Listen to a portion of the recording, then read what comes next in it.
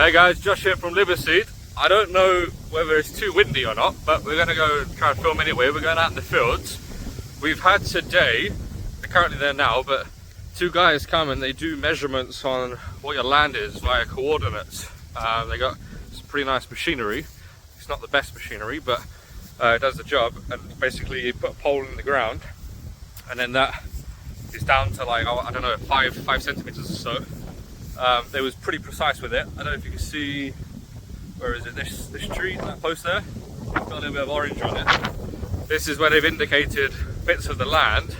So from here to there is one piece of land and there's 3 parts of the land. As you can see, this is bits where we've been cutting over here with the grass cutter. So this piece of land here I haven't touched at all because I wasn't entirely sure whether it was our land or not. But now they've indicated it. So my mother-in-law has actually measured this previously and she's had posts put in to outline it. So this is, can you see? There we go, just there. Oh, there, right there. That's one post and it goes all the way back to roughly there. And they've sprayed it with orange spray paint, just so it's easier to see. Now what I'm going to do today is I'm going to go around the perimeter of the land, as you'll see in a second why, and go and cut the grass, because we put in some little longer sticks, just that literal sticks, and just to indicate where the land is. However, people, we've already noticed neighbours trying to call, and I don't know what they're doing on the phone, but they look like they're a bit suspicious. And the land has actually been used, whether permission was granted or not, I'm not sure, but being used by other people. And we're going to take the land back. So here's the next post. Where is it? I think you see it there. Yeah, that's the next post. In between the 2 posts I just showed you is not our land. So our land spans from there all the way this way. I'm going to walk the edge of it, because what I need to do is I need to try and figure out, which I think here is a fun location, how I'm going to get my sit-on lawnmower to go down and be able to cut the grass and then come back up. Because there's a ditch on the side of the road, which is a drainage for all the rain and snow, etc. It's a little bit steep. I wasn't sure whether the lawnmower would be able to handle the steepness. But I think this is actually a probably better location. That's not too steep at all. I think on the side of the pond we've actually gone up steep areas, or down steep areas rather, than this. Worst case scenario is we got a car, we've got some rope, we'll drag it out. But as you can see, I'm walking this side of the road, which is the longer side. This piece of land here, this plot is 1.4 hectares, and it's not a symmetrical shape. So it's actually, I don't know how you describe it. Imagine like a rectangle with a triangle attached to one side. But here, this looks like that's the edge of the land. So this is where so that's our grass. And then this looks like somebody else is using it. But over here, we've had our post put in, it's been measured via coordinates. And this is put in here. So we got these posts, and I don't know whether they're going to cut. Neighbours are going to try and come take that out. And this goes, I'm not going to walk it because it's about 120 meters long, somewhere down there. I can't see on the camera here, but there's 2 more posts that indicate a straight line. So as you can see, this area behind me, which is about 16 steps to where that longer grass is, and all the way that way, whoever owns this land has been using it up. So we've confirmed with the people doing it that they contacted like the registration office to confirm that what they've done is actually like 100% accurate. And so we feel comfortable with actually going and using the land kind of straight away, rather than feeling like we're going to have some sort of dispute. So that's already the actual like official registration that they use, like posts and barcodes, etc. is what's already been done a couple of years back, that they have just verified it is exactly the same thing, because like I showed you, that concrete post was done when they did the official, it's a little bit bright, when they did the official measurements. So what I'm going to do now is they can move the sticks, they can move the posts, not the cemented ones, the concrete ones, but they can move the sticks, which is what we've got on this side, which is actually the most important one, because that's the highest risk of dispute, which they can't dispute, but it could be annoying and problematic and costly if we've got to try and prove anything. Either way, I'm going to go around the perimeter of this and cut the grass,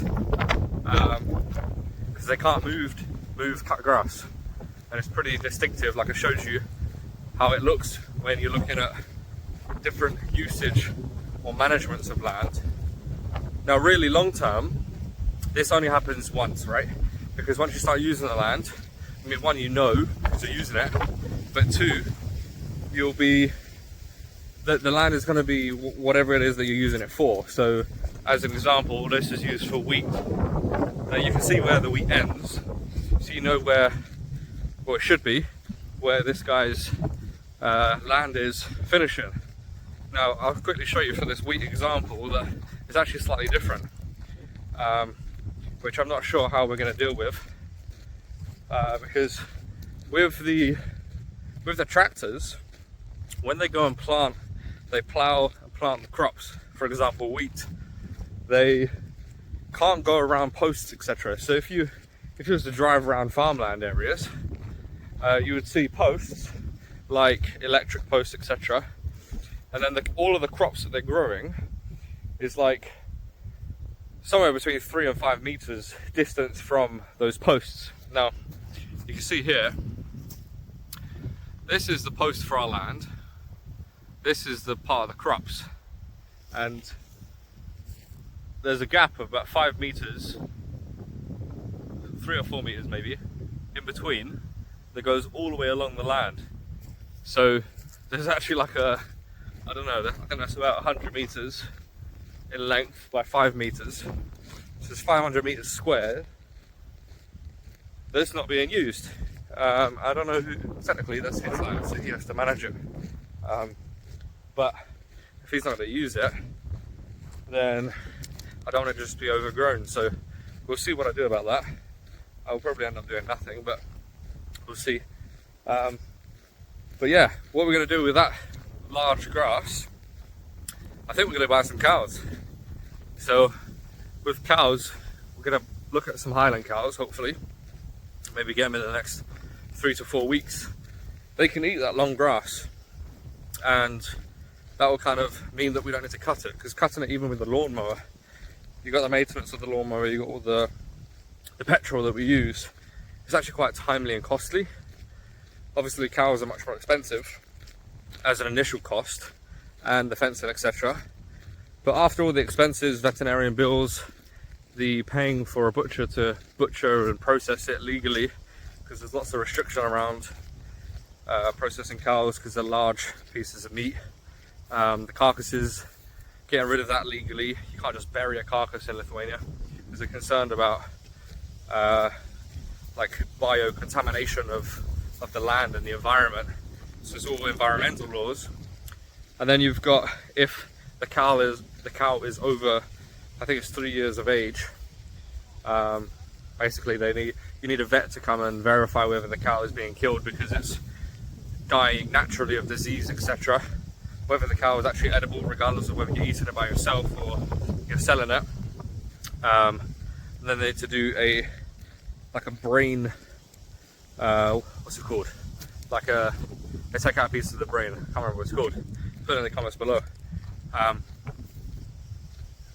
Dissection? No, don't know. Anyway, take a bit of the brain and they test that to make sure that it's not of some sort of diseases that could have spread, etc. It's all about maintaining healthy livestock throughout the country. Well, that's it. That's the piece of land. I'll share more as we go, and I'm going to film a little bit of the cut grass just now. Thanks for watching. Like and subscribe. Bye bye.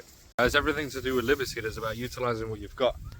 Now this was an old like shed, hut thing, whatever, I don't know, but it was falling down. So what the people did is they cemented these massive 3.1 meter posts into the ground to try and hold it up, so it was falling down. So I can actually utilise this for the corner posts to keep the cows in for the high tensile electronic wire. So I need to pull this out. Now we've got our Volvo, and this should be able to pull it out. So I found some chain. Seems to be long enough that if this was to come down, which I think it will, because I can move it slightly, it won't hit the car. So I'm going to give it a go, and then we'll see.